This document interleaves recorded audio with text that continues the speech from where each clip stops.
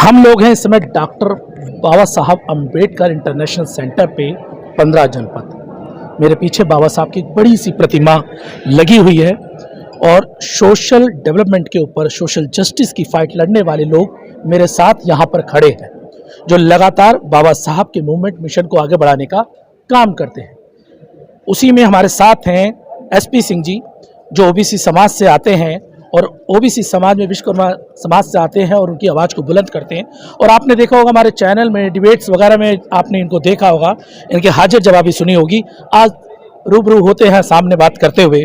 सबसे पहले आपका चैनल पे स्वागत है सर। जी धन्यवाद सर, आज जो आप लोग यहाँ पर आए हैं, क्या कारण है और किस तैयारी के साथ आए हैं? देखिए, आज हम डॉक्टर अंबेडकर साहब की मूर्ति के नीचे खड़े हैं, इनके चरणों में खड़े हैं। और डॉक्टर अंबेडकर साहब का जो भारत के लिए योगदान है, उन्होंने एक भारतीय संविधान की रचना की। आज जो उनका बताया हुआ मार्ग है, हम उस पर चलने का प्रयास कर रहे हैं, भारतीय संविधान को लागू करने का प्रयास कर रहे हैं। लेकिन हमें दुख के साथ कहना पड़ता है कि अभी भी भारतीय संविधान को हम पूरी तरीके से लागू नहीं कर पाए हैं। और इसी की वजह से जो सामाजिक न्याय का जो उनका जो सपना था, वो अभी तक पूरा नहीं हो पाया है। मुझे याद है, मैं एक बात बताना चाहूँगा क्योंकि वो बात रह गई थी कि कुछ महीने पहले जब राष्ट्रपति द्रौपदी मुर्मू नहीं बनी थी, नॉमिनेट नहीं हुई थी, उससे कम से 5-6 महीने हमारी इनसे बात हुई थी और इन्होंने कहा था इस देश में अब जरूरत है एक आदिवासी महिला राष्ट्रपति की। और वो हमारे चैनल पर वो वीडियो अपलोडेड है और वो बड़ी सोच के साथ इन्होंने रखी। और देखिए, आज इस देश की जो राष्ट्रपति है द्रौपदी मुर्मू, जो आदिवासी समाज से आती हैं, जो इस बात के लिए कहलाई जाती है आदिवासी क्षेत्र में जहां से निकलने नहीं दिया जाता महिलाओं को, उनके हक अधिकारों को उनको लेने नहीं दिया जाता, उस क्षेत्र से निकलकर महिलाओं के हक अधिकारों की बात रखते हुए आज इस देश के सर्वोच्च पद पर पहुंची हैं। सबसे पहले सर, आपकी बात तो सच हो गई क्योंकि आपसे मेरी मुलाकात तकरीबन 7-8 महीने पहले हुई थी और उस समय आपने कहा था इस देश की राष्ट्रपति आदिवासी बननी चाहिए। देखिए, मैं आपके चैनल को इस बात के लिए बधाई देता हूं कि आपके द्वारा ये आवाज़ पहुंची और राजनीतिक हलकों में पहुंची, और जो देश के नीति नियंता हैं उन्होंने इस बात को समझा कि आदिवासी इस देश का राष्ट्रपति होना चाहिए। मैंने तो ये कहा था कि देश का जो 4 बड़े पद हैं, राष्ट्रपति, प्रधानमंत्री, उपराष्ट्रपति और लोकसभा अध्यक्ष, इन 4 पदों में से कम 2 तो महिला होनी चाहिए। और आदिवासी, दलित, पिछड़ा, ये इन कम से कम ये लोग होने चाहिए, ताकि जो पीड़ा झेल चुका हो, जिसने पीड़ा सहन की हो, जिसने अत्याचार सहन किया हो, जिसने अन्याय सहन किया हो, जिसने अलगाव सहन किया हो, उस व्यक्ति के यदि हाथ में आज कमान आती है तो वो देश को बखूबी चला सकता है और वो देश के उन हिस्सों को ऊपर उठाने में अपना पूरा योगदान दे सकता है जो कि त्रस्त है, जो एक दूसरे से मतलब एक अलगाववादी पीड़ा को झेल रहा है। और मैं बधाई देता हूँ आपके चैनल को कि कम से कम राष्ट्रपति की बात तो मानी गई। लेकिन मैं एक बात यहाँ पर एक और चीज़ आगाह करा देना चाहता हूँ कि आदिवासी यदि आपने राष्ट्रपति बनाया है तो उनके माध्यम से आदिवासियों की पीड़ा सामने आनी चाहिए, उनका उन्मूलन होना चाहिए, उनका समाधान होना चाहिए। ये नहीं है कि आपने आदिवासी कहने को आदिवासी बना दिया लेकिन उसका शुद्धिकरण करके यदि आप वहाँ ले जाना चाहते हैं और बड़े उसमें प्रवेश कराना चाहते हैं दूसरे तरीके से और आदिवासी शब्द को ही आप हटा देना चाहते हैं, तो इसके पीछे हमारी भावना ये नहीं थी कि आप जो है केवल आदिवासी मात्र एक शब्द रखें। हमारा कहना यह था कि आदिवासी समुदाय के मर्म को समझते हुए उसे उसी सम्मान की आवश्यकता है जो कि दूसरे समाज के सम्मान को आवश्यकता है। अच्छा सर, आपने अभी थोड़े पहले एक बात कही कि इस देश का जो संविधान है पूर्णतः लागू नहीं हुआ, ऐसा क्यों लगता है? देखिए, हमें ऐसा लगता है कि जो सामाजिक न्याय समिति की रिपोर्ट है शासन में लंबित है, जस्टिस राघवेंद्र आयोग ने जो रिपोर्ट दी थी शासन में लंबित है, रोहिणी आयोग का गठन हुआ, उस पर कई बार अध्ययन हो चुका है, सब लंबित है। जब यदि रिपोर्ट ही लंबित है सामाजिक न्याय समिति की, और तो फिर हम कैसे कह सकते हैं कि सामाजिक न्याय का हमारा जो काम जो पहले डॉक्टर साहब ने देखा था सपना अंत्योदय का, सबको नीचे से गरीब व्यक्ति को, त्याज से त्याज व्यक्ति को ऊपर बैठने का, समान अधिकार प्राप्त करने का, यदि रिपोर्ट ही लागू नहीं होंगी तो फिर कैसे हम कह सकते हैं कि आज लागू हो चुका है संविधान पूरी तरीके से भारतीय? जी, और भी साथी उनसे भी बात करें। सर थोड़ा सा आप आगे आ जाइए। सबसे पहले आप अपना नाम बताइए और आज के जो मूवमेंट की आप चलाने की बात करें वो क्या मूवमेंट है, किस विचारधारा को आप लेके चलना चाहते हैं, क्या आप चाहते हैं कि इस जनता के लिए होना चाहिए? सर सबसे पहले मैं आपको धन्यवाद देना चाहूँगा कि आपने मुझे बुलाया। मैं अशोक शर्मा सर्वोच्च न्यायालय में एक अधिवक्ता हूँ और वहाँ पर प्रैक्टिस करता हूँ। दिल्ली के डिफरेंट न्यायालयों में मैं प्रैक्टिस करता हूँ। अभी हमसे पहले जो हमारे गार्जियन बात कर रहे थे सामाजिक न्याय की, मेरा मानना यह है कि सामाजिक न्याय तब तक नहीं हो सकता जब तक हम समाज के जो सबसे नीचे तबके का वर्ग है उसके तक हम अपनी सुविधाएं ना पहुंचाएं। लेकिन आज इस गवर्नमेंट में ये बातें नहीं करी जा रही है, सिर्फ ये बातें करी जा रही है कि अगर किसी को प्रॉब्लम है कि आदिवासी को कोई चीज़ नहीं पहुंच पा रहा है तो सिर्फ उस व्यक्ति का नाम आदिवासी रख करके और वहाँ पे पहुँचा दिया। जैसे अभी एग्जाम्पल दिया, सबसे बड़ा एग्जाम्पल है कि हमारे आज देश के महामहिम श्रीमती द्रौपदी मुर्मू जी जब शपथ लेने गई तो उनको शुद्धिकरण कराया गया। ये कहाँ का न्याय है?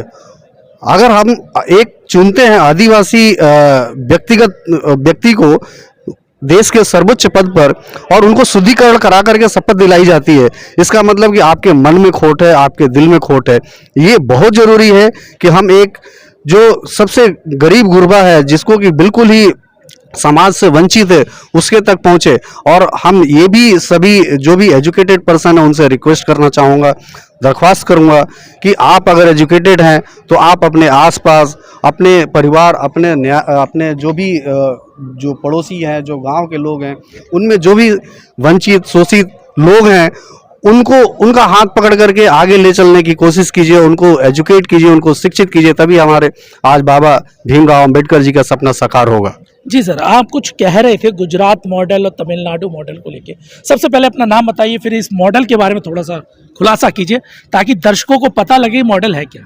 सर मैं आज बाबा साहब भीमराव अंबेडकर अंतर्राष्ट्रीय हाल में उपस्थित हूं, जहां हमारे पीछे बाबा साहब की बहुत भव्य प्रतिमा लगी हुई है। भारतीय संविधान के निर्माता हैं। मैं जीके शर्मा डिस्ट्रिक्ट आजमगढ़ से रहने वाला सामाजिक कार्यकर्ता हूं और हमारे बाईं तरफ लगा हुआ है मैं भारत हूं। तो वाकई आज हमें एहसास हो रहा है कि मैं भारत हूं लेकिन हूं नहीं। ये भारतीय संविधान में जो व्यवस्था बनी है उस व्यवस्था में कहीं खाई है। जैसे अभी हमारे तमाम पीछे वक्ताओं ने बताया कि शुद्धिकरण होता है, ये करण होता है, वो करण होता है, लेकिन ये महापुरुष हमारे बाबा साहब ने इस देश में नीची ऊंची की खाई को पाटने के लिए, सबको समान अधिकार लाने के लिए तमाम अनुच्छेद बनाए। सारे अनुच्छेद को उन्होंने लागू किया, लेकिन पिछड़ी जातियों का अनुच्छेद 340 रह गया, वह आज भी अधूरा है। तो ये हम लोगों को लगा कि हम मोस्ट बैकवर्ड के लोग सबकी सरकारें बनाते चले आ रहे हैं। देश आजाद होने के बाद जिसकी तरफ जाते हैं उसकी सरकार बनती है। तो हमारे सामाजिक कार्यकर्ता होने के नाते हमारे लोगों की जो पीड़ा है उसको कौन निभाएगा? लेकिन सबसे ज्यादा मंत्री तो अगर देखे जाए तो ओबीसी अति पिछड़ा वर्ग से ही आते हैं अभी। कोई मतलब ही नहीं है सर। जो डाटा हमारा जो है इस अथवा अनुच्छेद 340 के तहत, जैसे 330 में 131 सांसद हैं, उस आधार पर हमारे 265 सांसद होने चाहिए संसद में, तब जाके वो ऊंची नीच की खाई पटेगी। और मॉडल गुजरात की जहां तक बात आई तो हमारे जो पहले फर्स्ट चुनाव में प्रधानमंत्री मोदी जी बनते हैं उससे पहले कहा गया कि हम गुजरात मॉडल बनाएंगे, लेकिन हमारी भारत की जनता देख चुकी है, ऊब चुकी है इस व्यवस्था से कि अब गुजरात मॉडल तो हम लोग देख लिया, लेकिन अब जो वंचित समाज रह गया वह समाज ये चिल्ला रहा, पूरा भारत की जनता चिल्ला रही है कि अब की हम दक्षिण भारत से प्रधानमंत्री बनाएंगे ताकि हम तमिलनाडु मॉडल यहां बनाकर दिखाएंगे देश में कि यह तमिलनाडु मॉडल है। ये तमिलनाडु मॉडल क्या है? थोड़ा सा यह वहां के सीएम साहब ने जो ऊंच नीच की खाई है उसको समाप्त किया, मंदिरों में गैर ब्राह्मणों को बिठाने का काम किया और उन्होंने जो कदम उठाया है पिछड़ी जातियों को जो आरक्षण समाप्त किया जा रहा था नीट की परीक्षाओं में, उसको सुप्रीम कोर्ट में चुनौती देकर उसका बहाल कराया है। तो इससे यह भारत की जनता को एहसास हुआ कि हमारा कोई अगर पक्षधर होगा, हमारा कोई हितैषी होगा, बाबा साहब के सपने को कोई साकार करेगा तो वह एम.के. स्टालिन होगा जो 2024 में जिसे हम प्रधानमंत्री बना पाएंगे। इसके लिए हम पूरे सामाजिक कार्यकर्ता तमाम संगठनों के साथ जुड़े हुए लोग यह आवाज दे रहे हैं कि 2024 हमारा जो है एम.के. स्टालिन भारत के प्रधानमंत्री। सिर्फ सामाजिक कार्यकर्ता हैं, पार्टी के भी कार्यकर्ता उसके जब उनकी आवाज गई सामाजिक कार्यकर्ताओं की, जो फाउंडेशन होता है वो सामाजिक कार्यकर्ताओं का होता है। नहीं, मैंने आपके बारे में पूछा है कि आप कहीं स्टालिन की पार्टी से तो नहीं है? नहीं सर, मैं किसी पार्टी का नहीं हूं, मैं किसी पार्टी का नहीं, मैं सिर्फ भारत हूं। मैं भारत का नागरिक हूं, मैं भारत हूं।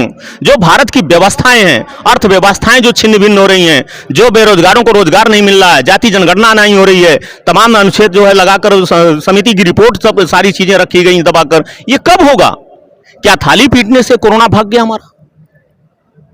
तो ऐसी स्थिति में हमारा देश कहां खड़ा है? तो इसके लिए सबकी निगाहें आई और इसको देखते हुए एम के स्टालिन ने 26 जनवरी 2022 को ऑल इंडिया फेडरेशन का गठन किया और उसमें सारे राजनीतिक पार्टियां ने भाग ली है, जिससे यह दिखता है सामाजिक कार्यकर्ताओं को कि आने वाला दिन हमारा होगा। और भी लोग हैं, उनसे भी बात करें, क्योंकि मैं चाहता हूं कि बाबा साहब के आज हम इंटरनेशनल सेंटर में आए हैं तो लोगों की आवाज़ को सुने, सिर्फ हम अपनी आवाज़ ना सुनाएं या नेताओं की आवाज़ ना सुनाएं, जमीन पर लोग क्या चाहते हैं उनकी आवाज़ को आप लोगों तक पहुंचाना चाहता हूं। जी सर, सबसे पहले नाम बताएं।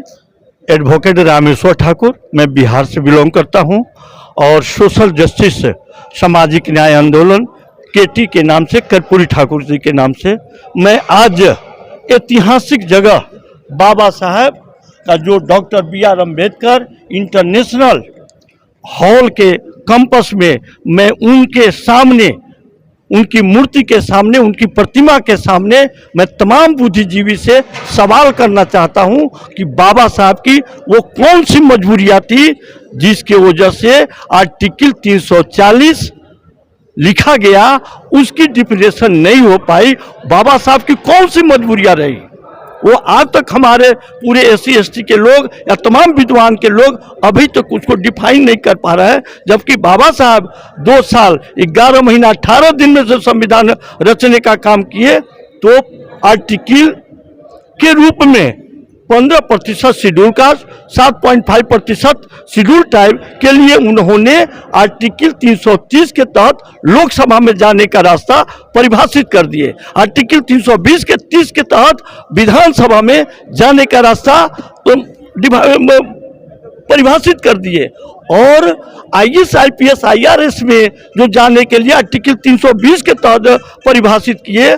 आर्टिकल 323 के तहत हर राज्यों में डिप्टी कलेक्टर BDO CO बनने के लिए वो परिभाषित किए और 312A 312B न्यायपालिका में जजेस के रूप में जाने का रास्ता किए। 15(4) और 16(4) में एक तरफ भर्ती की मामला है और वहाँ पूर्ति नहीं होती है तो 16(4) के तहत उसमें प्रमोटेड करके दिया जाएगा। बल्कि आर्टिकल 340 हम लोग डिप्रीस क्लास के लोग हैं, कमजोर तबके के लोग हैं, हमारे लिए आर्टिकल 340 जो लिखा गया है वो आज तक 545 में 131 सांसद पहुंच कर जब पार्लियामेंट में गए हैं तो 1952 से लेकर आज 2022 तक ये सवाल पर क्यों नहीं पार्लियामेंट में सवाल किए।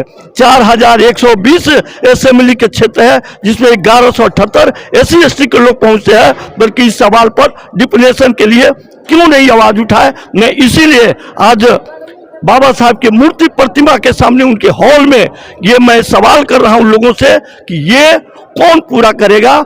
इसीलिए इस सोशल जस्टिस द्रविड़ आंदोलन सामाजिक न्याय की मूवमेंट तमिलनाडु में, चूंकि 1921 में सोशल जस्टिस की पार्टी ने ही रिजर्वेशन की बुनियाद डाली थी और 1917 में साउथ बोरो कमीशन गठित हुई थी। वो डिप्रेस क्लास के लिए बॉम्बे प्रेसिडेंसी में HRO स्टार्टेड की कमेटी बनी थी। उन्होंने डिप्रेस क्लास की डिप्रेशन और विकास की रास्ते के लिए उन्होंने अपनी ओपिनियन दिया था। तब 1930 और 31 में जाति आधारित जनगणना हुई थी और बिहार पटना के मुख्य न्यायाधीश के पद पर रहे 1917 से लेकर 1928 तक। TFD मिलर साहब ने डिप्रेस क्लास, दबे कुचले कमजोर तबके के लिए उन्होंने सवाल उठाया था विकास के लिए। फिर भी बाबा साहब जब 1930, 1931, 1932 में लंदन में जो गोलमेज कॉन्फ्रेंस हुआ, उन्होंने कौन सी कारण थी कि उन्होंने भाषा को बदलकर अनटचेबल सवाल पर ब्रिटिश हुकूमत से अवार्ड के रूप में लाए और 1935 में कानून बन गई शेड्यूल कास्ट, शेड्यूल ट्राइब, यानी जाति की सूची, ट्राइबल की सूची। और जब उनको मौका मिला 2002 साल 11 महीना 18 दिन में संविधान रचने के लिए, तो उनके लिए 340 लिखकर छोड़ दिया गया और आज 340 का पूरे भारत में कोई रहनुमा नहीं है कि इसको परिभाषित किया जाए। किस रूप में आप उनको विधानसभा में भेजेंगे, किस रूप में IAS IPS भेजेंगे और किस रूप में अफसर के रूप में जाएंगे, वो कौन सी आर्टिकल होगी? नहीं, इसमें आपने दो चीज़ें कही, दोनों सवाल मेरे होंगे। क्योंकि पहला सवाल आपने ये जो उठा रहे हैं, क्योंकि उस पर बाबा साहब खुद अम्बेडकर ये कहते हैं कि अगर मैं संविधान कितना अच्छा बना दूं, अगर उसे लागू करने वाले लोग अच्छे नहीं होंगे तो संविधान अच्छा नहीं बन सकता। तो आपका जो पहला प्रश्न है उसमें ये सवाल उठ जाता है। दूसरा प्रश्न ये आता है, जब हम बात करते हैं जो OBC के 27% के आसपास कि आरक्षण की जो बात आती है, जिसे बाद में मिला, तो लाहौर अधिवेशन में तो उन्होंने मना कर दिया था कि हम नहीं हैं, हम इस आरक्षण में नहीं आएंगे, हम नीचे तबके के लोग नहीं हैं। लाहौर अधिवेशन की बात बता रहा हूँ मैं। लाहौर के अलावा कौन सी कारण थी? 1931 से पहले लाहौर अधिवेशन हुआ है। नहीं, वो चाहिए, वो 1926 जनवरी 50 को संविधान लागू होता है। उसी पीरियड में तमिलनाडु से 4 महानायक तो दिल्ली पर आते हैं और धरना प्रदर्शन करते हैं, सुप्रीम कोर्ट का दरवाजा खटखटाते हैं। वो 4 लोग के ही संघर्ष पर पहला भारत 50 में कौन सी सवाल पर संविधान संशोधन हुआ भाई? ये सवाल के जवाब दे। इसीलिए हम लोग तमिलनाडु मॉडल को लाना चाह रहे हैं, ताकि तमिलनाडु में द्रविड़ आंदोलन, सोशल मूवमेंट, सामाजिक न्याय की लड़ाई और उन्होंने रूपरेखा दिया। उत्तर भारत में जननायक कर्पूरी ठाकुर ने सामाजिक न्याय के रूप में वहाँ डिप्रेस क्लास, दबे कुचले कमजोर को एक फार्मूला दिया, कर्पूरी फार्मूला। तमिलनाडु में एम करुणानिधि फार्मूला। वो मॉडल केंद्र में लागू हो जाएगा तो हमारे डिप्रेस, दबे कुचले को कानूनन हक मिल जाएगा। और इसीलिए 2024 के PM के रूप में सोशल जस्टिस करने वाले स्टालिन के विश्वास करके हम लोग PM का सपना देख रहे हैं। और तमाम हिंदी पट्टी में, नॉर्थ इंडिया में हम तमाम जगह जाकर अपने लोगों को बताने का काम करें। जय भीम, जय भारत, जय विज्ञान, जय संविधान। और भी लोगों से बात करें। सर, नाम बताइए सबसे पहले, और आज के आंदोलन में आने का मुख्य कारण क्या रहा? मुख्य कारण यही रहा कि जैसे हमारी देश की स्थिति जो है बद से बदतर होते जा रही है, और हमारे जो यहाँ का शासक प्रशासक बने बैठे हैं वो किसी तरह से जैसे दिश डाइट कर करके हमारे माननीय आदरणीय प्रधानमंत्री मोदी जी जिस तरह से इस देश पर काबिज हुए, वो देख करके अब नहीं लगता है कि देश चलाने की इनकी बुत्ते की बात है। क्योंकि इन्होंने जिस तरह से लोगों को ठगने का काम किया, गरीब गुरुआ, जबकि हमारा देश भारत देश यहाँ आर्थिक स्थिति से कमजोर वर्गों की आती है। यहाँ की रीढ़ जो है वो गरीब गुरुआ, मजदूर, मजलूम लोगों की भारत देश है। और इस पर जो है से बीजेपी ने बहुत बड़ी जो है से शब्दों की खेल करके लोगों को मोनोपोली की मोटिवेट करके और इस तरह से इस कदर से हावी कर लिए देश की कि आज देश की आप देख लो क्या दुर्दशा हो रही है। हमारी ज़रूरत आवश्यकता पड़ती है पूर्वजों की ज़मीन जायदाद बेचने या बीवी की गहना धरने की, तो कहाँ धरते हैं? बेटा को पढ़ाने में, बेटी को पढ़ाने में, शादी ब्याह में, कर्ज में। आज बताइए तो हमारी देश की ये दुर्दशा कि ये भीमराव की धरती है, पेरियार की धरती है, जैसे बाबा साहब फूले, महात्मा, एक से एक दिग्गज लोग यहाँ आए और सब लोग चले गए। लेकिन ये हमारे मोदी जी की सरकार यहाँ जब से आई है, रेल, बेल, सेल, तेल, इलेक्ट्रिकल से लेकर गैस से लेकर के सारी चीज़ों को इन्होंने बेचने का काम किया। और ये सब देख करके हम साधारण जनता थे, लेकिन अब हमारी इनकी सरकार को अथी देख करके अब हमारी मेंटलिटी अथी से बाहर हो रही है। अब लग रहा है कि नहीं, इस सरकार को जितनी जल्दी हो, हम लोग को जितना कुर्बानियां देना पड़े, मेहनत करना पड़े, इनको हटाने के लिए वो हम करेंगे। समाज में जब लोगों के पास जाते हैं, हर व्यक्ति के पास समस्याएं बदल जाती है, लेकिन हर व्यक्ति समस्याओं से त्रस्त है। इस बात को समझना होगा, इस देश की इस समय स्थिति बहुत नाजुक स्थिति में, एक बदलाव के दौर में, जहां एक तरफ भारतीय जनता पार्टी कह रही बदलाव की तरफ हम लोग हैं, एक विश्वगुरु की तरफ हम लोग हैं, वहीं पे जमीन की जो जनता है वो नाराज है, त्रस्त है, परेशान है, और वो अपनी मांगों को लेकर सड़कों पे हंगामा भी करती है और शांतिपूर्वक आंदोलन भी करती है। अगर वीडियो पसंद आई, वीडियो को लाइक कीजिए, शेयर कीजिए, चैनल अब तक सब्सक्राइब ना किया चैनल सब्सक्राइब